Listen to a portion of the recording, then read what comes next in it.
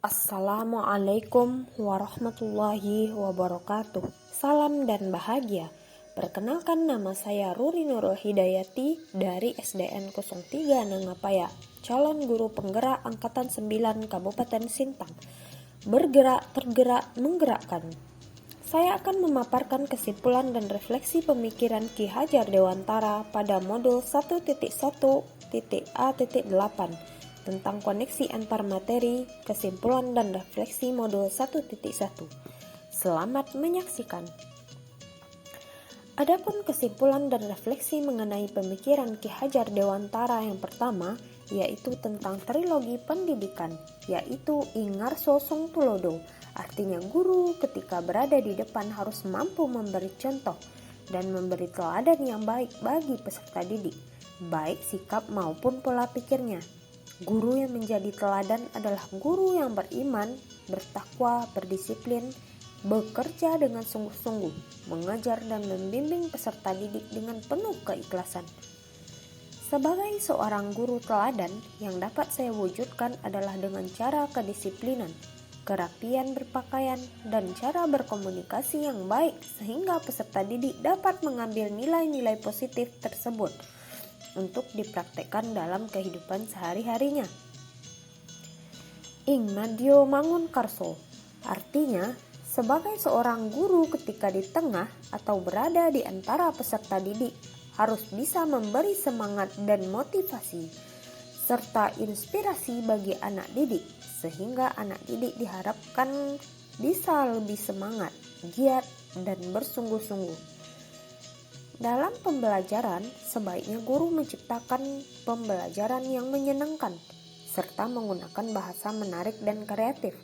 Dari seorang guru itulah yang diperlukan peserta didik agar mendapatkan pembelajaran yang lebih bermakna bagi dirinya. Tutwuri Handayani, artinya guru ketika di belakang harus memberi dorongan.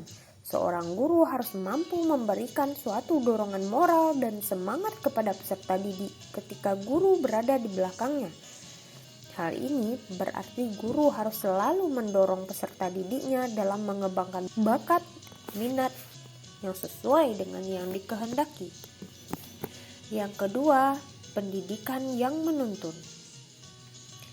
Dalam proses menuntun, anak diberi kebebasan, namun pendidik sebagai pamong dalam memberi tuntunan dan arahan agar anak tidak kehilangan arah dan membahayakan dirinya.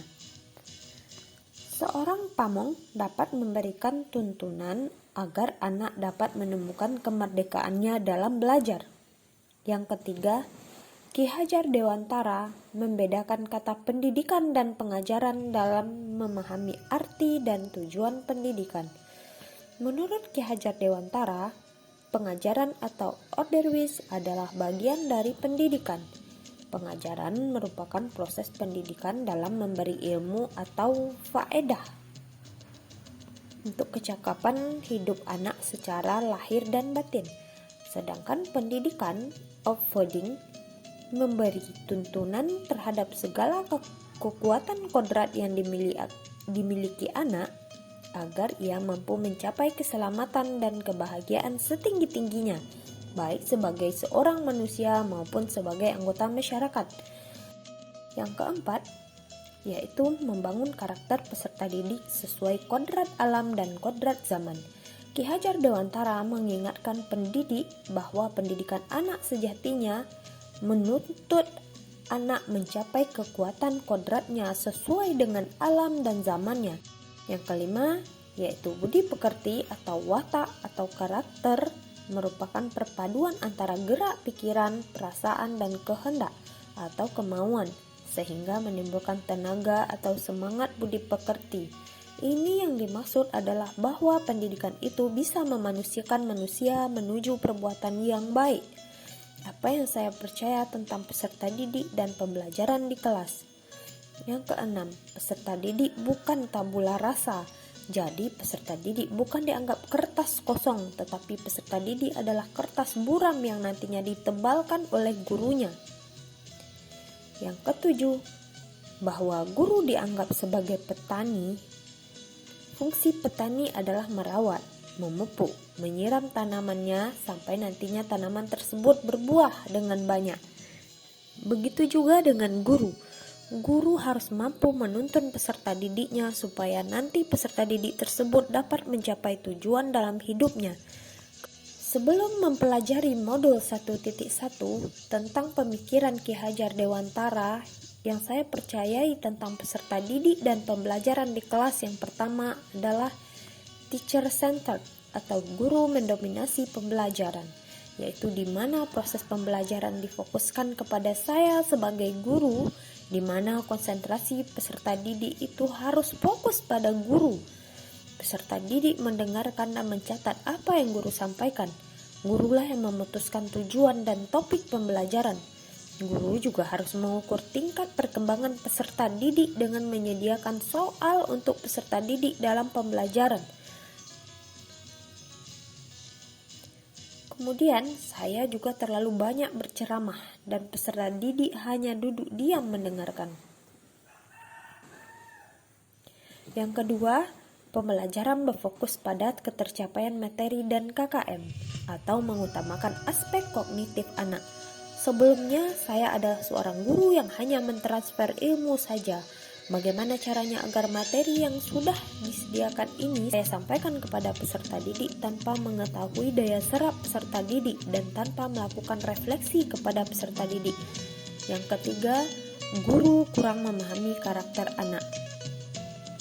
Saya menganggap ketuntasan dalam penyampaian materi lebih penting daripada memahami karakteristik peserta didik dari berbagai aspek.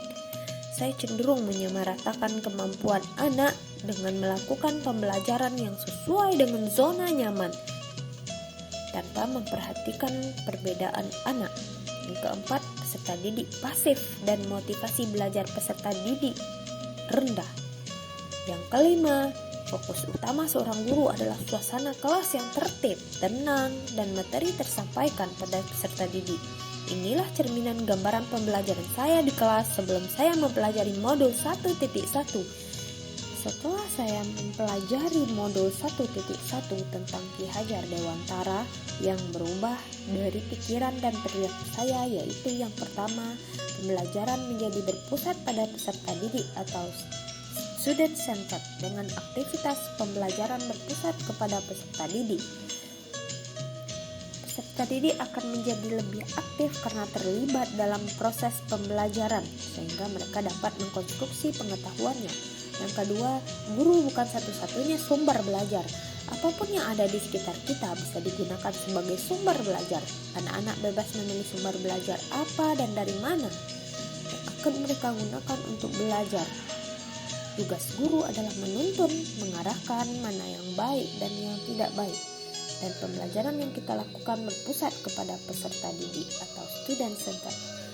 Yang ketiga, seharusnya saya melakukan proses pembelajaran secara menyeluruh, bukan hanya aspek kognitif saja, namun juga afektif, psikomotor, spiritual, sosial.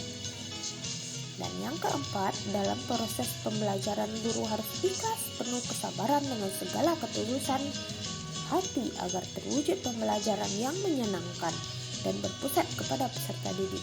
Yang kelima, mengemas pembelajaran secara menarik agar motivasi belajar peserta didik meningkat.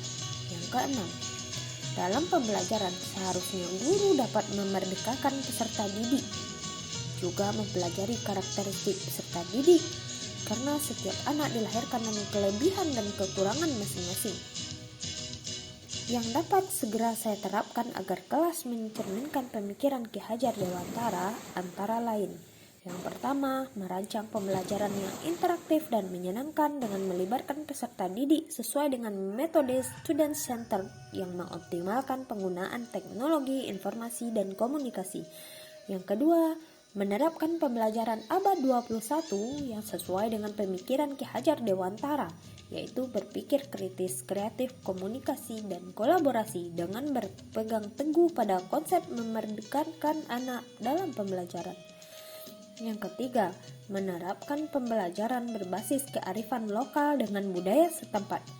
Hal ini penting untuk diterapkan pada anak-anak saat ini mengingat perkembangan iptek banyak sekali anak-anak yang hilang nilai-nilai budaya daerahnya.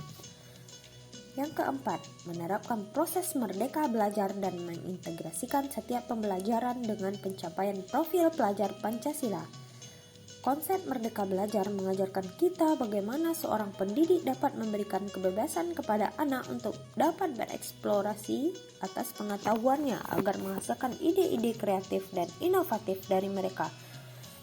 Yang kelima, pembelajaran yang mengutamakan aspek budi pekerti. Pembiasaan-pembiasaan baik akan selalu saya teladankan kepada peserta didik tentang bagaimana mereka bersikap agar menjadi pribadi yang baik. Yang keenam, pendidikan tidak lagi menuntut, tapi menuntun. Kita sebagai guru berperan sebagai among dalam penerapannya di kelas sesuai dengan pengajaran dan pendidikan Ki Hajar Dewantara. Demikianlah pemaparan saya tentang koneksi antar materi pemikiran filosofis Ki Hajar Dewantara. Mohon maaf apabila ada kesalahan dalam penyampaian. Salam dan bahagia. Bergerak, tergerak, menggerakkan. Wassalamualaikum warahmatullahi wabarakatuh.